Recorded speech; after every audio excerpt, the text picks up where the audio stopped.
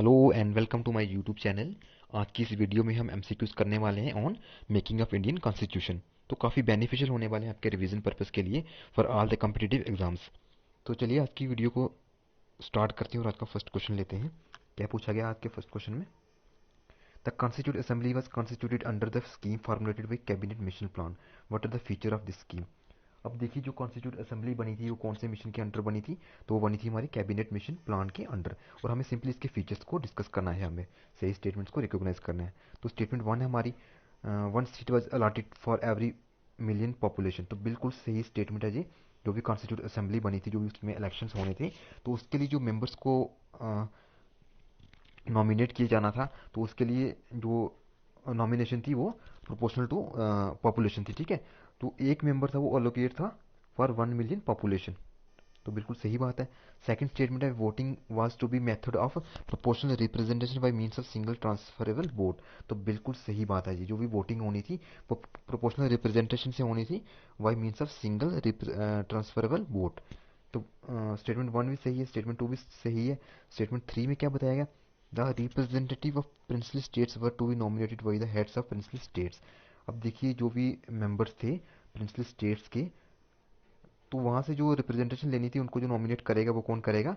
जो princely state के heads थे, मीन्स जो वहाँ के राजा वगैरह थे, वही उन मेंबर्स को नॉमिनेट करेंगे। तो बिल्कुल सही बात है। So all the statements are correct, so option D will be our right answer. Next हमारे पास क्वेश्चन नंबर 2। यहाँ पे भी सही स्टेटमेंट को रिकॉग्नाइज करना है हमें। तो फर्स्ट स्टेटमेंट है, the constitute assembly adopted the national flag on July 22 1947। तो बिल्कुल सही बात है ये। सेकंड स्टेटमेंट बताई गई है, the constitute assembly adopted the national anthem on January 24 1950। तो बिल्कुल सही बात है। जो हमारा नेशनल एंथम अडॉप्ट किया था कॉन्स्टिट्यूट असेंबली के द्वारा, तो वो कब किया गया था? 24 जनवरी 1950। तो स्टेटमेंट थर्ड है हमारे पास, on January 26 1950 the constitute assembly held its final session. तो रॉन्ग है बिल्कुल, ओके। अब देखिए रॉन्ग क्यों है, क्योंकि जो फाइनल सेशन हुआ था कॉन्स्टिट्यूट असेंबली का, वो कब हुआ था? वो 26 जनवरी को नहीं, बल्कि 24 जनवरी को हुआ था, ओके। सो स्टेटमेंट थर्ड जो हमारी गलत हो जाएगी, वन एंड टू हमारी राइट हो जाएगी, और हमें बताना क्या? राइट स्टेटमेंट को बताना है। So option A will be your right answer question number 2 का। नेक्स्ट हमारे पास क्वेश्चन नंबर 3। करेक्ट मैच करना है हमें यहाँ पे। स्टेटमेंट वन है, स्टेट्स कमेटी के चेयरमैन कौन थे? जवाहरलाल नेहरू थे। तो बिल्कुल सही है। ऑप्शन बी है, प्रोविंशियल कॉन्स्टिट्यूशन कमेटी के चेयरमैन कौन थे? तो सरदार पटेल। बिल्कुल सही बात है। तो थर्ड हमारे पास ड्राफ्टिंग कमेटी, तो इनके कौन थे चेयरमैन?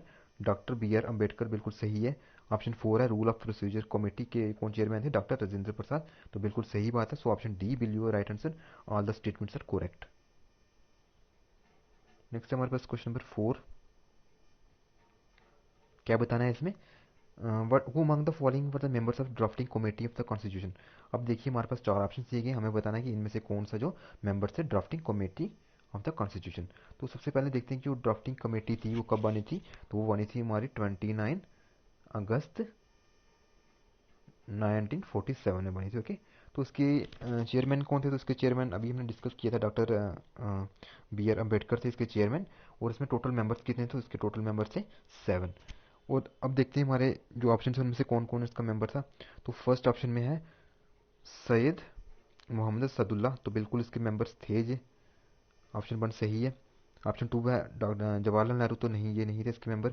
ऑप्शन थर्ड है एन माधव राव। तो बिल्कुल इसके मेंबर्स थे। एंड ऑप्शन फोर है एच सी मुखर्जी। तो ये भी इसके मेंबर नहीं थे। तो उसके मेंबर कौन कौन हुआ? One and three. So option C will your right answer. देखिए, जो एच सी मुखर्जी थे ये कौन थे? तो ये थे हमारे vice president of constitute assembly. I hope कि यहाँ तक आपको समझ में आ रहा होगा। अगर आपको लगता है कि ये बेनिफिशियल है आपके लिए, तो प्लीज़ वीडियो को लाइक जरूर कर दें। और नेक्स्ट हमारे पास क्वेश्चन नंबर 5। स्टेटमेंट सही स्टेटमेंट को रिकॉग्नाइज करना है जहाँ पे भी। स्टेटमेंट वन है हमारे पास, out of 299 members of constitute assembly only 284 sign the constitution. तो बिल्कुल सही बात। आप देखिए, जो कॉन्स्टिट्यूशन हमारा बना था फाइनल, अडॉप्ट हुआ था कब? 26 नवंबर 1949 में। तब उसमें 284 मेंबर ने ही उस पर साइन किए थे, ओके। सही स्टेटमेंट है फर्स्ट।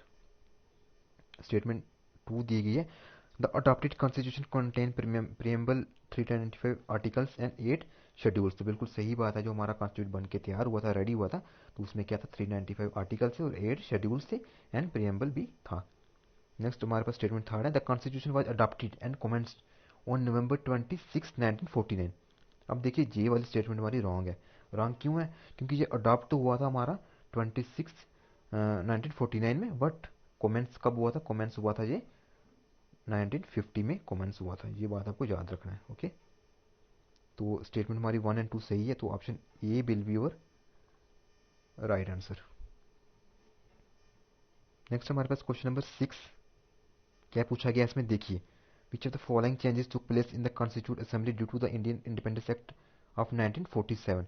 सिंपली हमें बताना ये है कि जो हमारा इंडियन इंडिपेंडेंस एक्ट 1947 में आया था, उससे कॉन्स्टिट्यूट असेंबली में क्या क्या चेंजेस आई थी। ओके, तो स्टेटमेंट 1 हमारे पास, assembly become fully sovereign body. तो बिल्कुल सही बात है, जो हमारी कॉन्स्टिट्यूट असेंबली थी वो बिल्कुल फुली सॉवरेन हो गई थी। उसे कोई भी हक, सॉरी, डिसीजन लेने का पूरा हक दिया गया था, रूल्स बनाने के हक दिए गए थे। तो असेंबली क्या हुई थी, हमारी सॉवरेन बॉडी बन गई थी।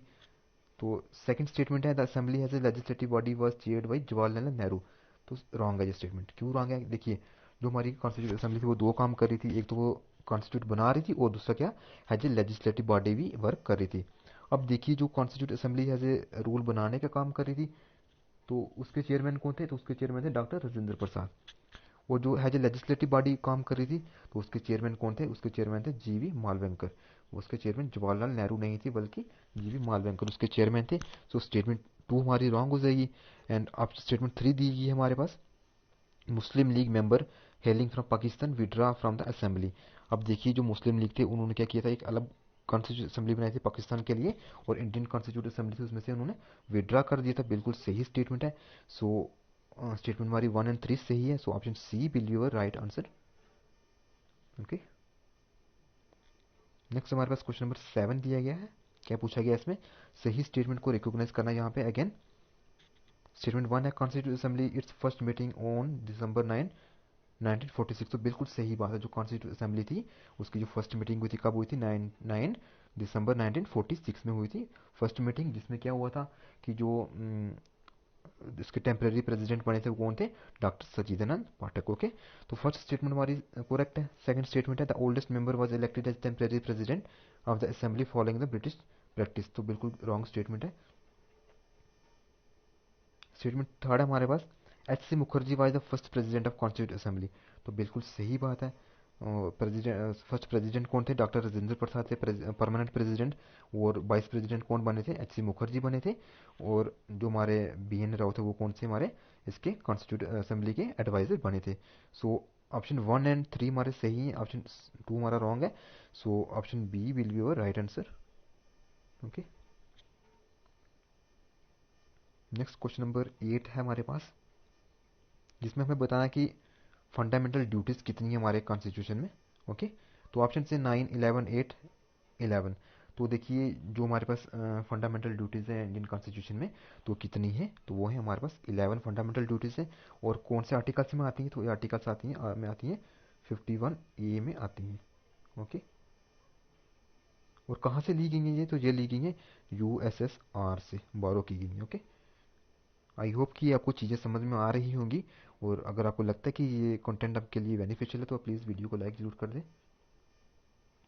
नेक्स्ट है, federalism is taken in the Indian constitution from which of the following country. Simply हमें इस क्वेश्चन में बताना ये है कि जो फेडरलिज्म है वो कौन से कंट्री से वारो किया गया है। ऑप्शन से जर्मनी, कनाडा, ऑस्ट्रेलिया, इटली। तो देखिए, जो फेडरलिज्म है जो कहाँ से वारो किया गया, तो वो किया गया ऑस्ट्रेलिया से। सो ऑप्शन सी क्या हो जाएगा, हमारा सही आंसर हो जाएगा।